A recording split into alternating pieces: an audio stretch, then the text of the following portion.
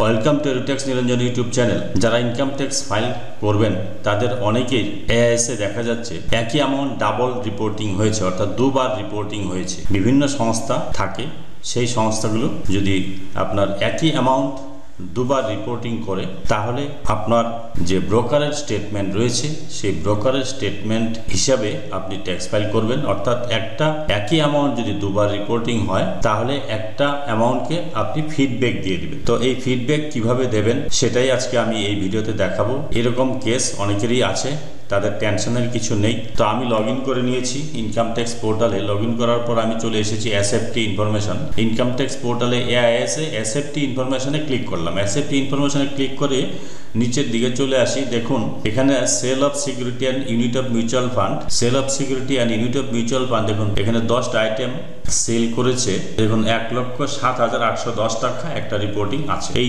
1,07,810 টাকার রিপোর্টটা কে করেছে? সিডিএসএল। সিডিএসএল এর ফুল ফর্ম হচ্ছে সেন্ট্রাল ডিপোজিটরি সার্ভিস লিমিটেড। এখানে একটা কোডিং দিয়েছে, এই কোডিং দিয়ে তারা সিডিএসএল রিপোর্ট করেছে। 10টা আইটেম আছে এখানে। তারপরে দেখুন sale of security and unit of mutual fund, এখানেও রিপোর্ট করেছে কে?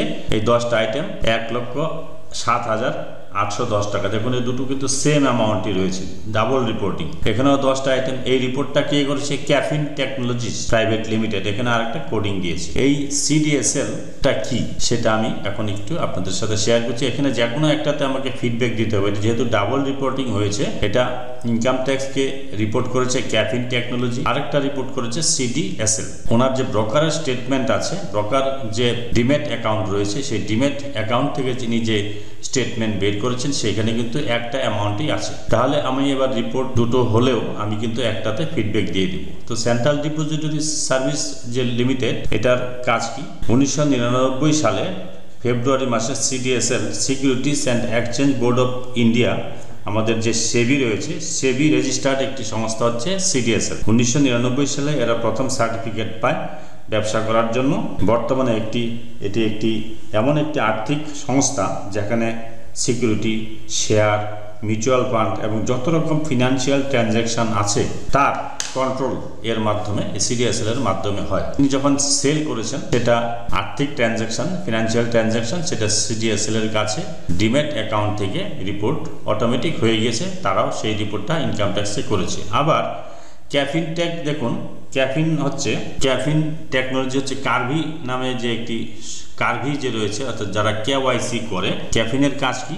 যখন ডিমেট অ্যাকাউন্ট খোলা হবে, সেই ডিমেট অ্যাকাউন্ট যে ব্রোকারের মাধ্যমে বা ব্রোকার হাউসের মাধ্যমে ওপেন করবেন, সেটা কিন্তু সেই ব্রোকার হাউস আপনার কেওয়াইসিটা কিন্তু ক্যাফিন টেকের মাধ্যমে করে। ফলে একটা এজেন্সি, ক্যাফিন টেকও হচ্ছে একটা এজেন্সি, কেওয়াইসি যার মাধ্যমে হয়, তারাও কিন্তু, তাদের কাছেও কিন্তু একটা রিপোর্ট চলে যায় যখন আপনি সেল কিছু করবেন। তো এই জন্য দেখুন এখানে ডাবল রিপোর্টিং হয়েছে। তো আমি এখানে সিডিএসএল এর রিপোর্ট 10টা আইটেম রয়েছে, এখানে আমি ফিডব্যাক দিব। তো আমি এখানে ফুল কনসিডারেশন, বিল অফ কনসিডারেশনে ক্লিক করলাম। ক্লিক করার পর নিচে দেখুন 10টি আইটেম ওপেন হয়ে গেল।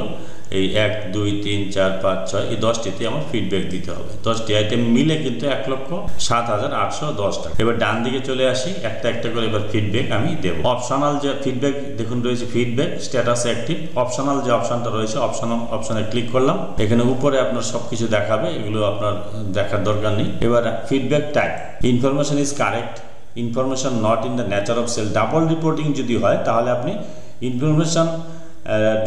Information is duplicate, included is other information, এই অপশনটা সিলেক্ট করবেন, করে এখানে সাবমিট করে দেবেন। এখানে ক্লোজ হয়ে গেল। তাহলে একটার ফিডব্যাক আমার দেওয়া হয়ে গেল। তাহলে এবার আমি আরেকটার ফিডব্যাক দিতে হবে। যেটার আমি ফিডব্যাক দিয়েছি, দেখুন এখানে কি ফিডব্যাকে দেখুন information is duplicate, included in other file চলে এসেছে। এবার সেকেন্ডটাতে আবার একই রকম ফিডব্যাক দেবো। এখানে যদি আপনি ইনফরমেশন ইজ কারেক্ট বা information is not taxable, information is not fully correct, এটা যদি সিলেক্ট করেন তাহলে কিন্তু আপনাকে এখানে কারেকশন করার অপশন দেবে। এখানে কারেকশন সেক্ষেত্রে আপনাকে বসাতে হবে। তো সেটা আমি দেখাচ্ছি না এখানে, যেহেতু ডুপ্লিকেট রিপোর্টিং হয়েছে। আমি আপনাদের দেখাবো সেটা হচ্ছে এটাতে আমি ফিডব্যাক দেবো। এখানেও একই আমি করছি, information is duplicate, included in other file select করলাম, সাবমিট করলাম। এইভাবে পরপর 10টা আমাকে করতে হবে। তো একই রকম ভাবে দেখুন আমি 9টি ফিডব্যাক দিয়ে ফেলেছি। এখানে ফিডব্যাকের যেগুলো দিয়ে ফেলেছি সেখানে লেখা রয়েছে যেগুলো যেগুলোর ফিডব্যাক দেওয়া হয়েছে লেখা আছে information is duplicate and included in other information.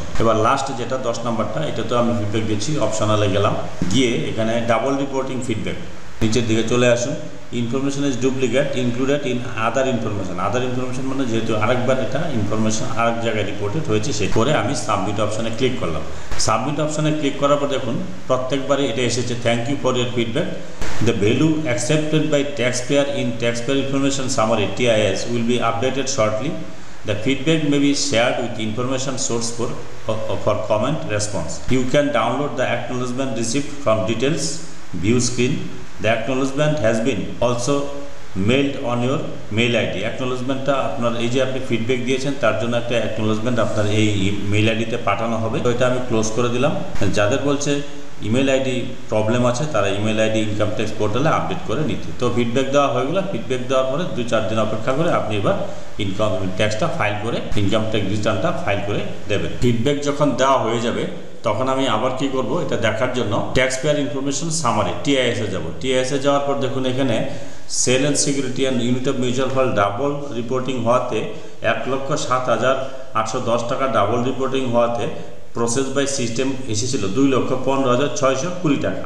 এবার accepted by taxpayer accept করেছে কত টাকা, এখান থেকে 1,07,815 টাকা। এটা ফিডব্যাক দেওয়ার জন্যই কিন্তু অ্যাকসেপ্টেড বাই ট্যাক্স পেয়ার এই অঙ্কটা এখন কমে এসেছে। এর ফিডব্যাক দেওয়ার আগে কিন্তু এখানে যা ছিল 2,15,620 টাকা, এখানে কিন্তু 2,15,620 টাকা ছিল।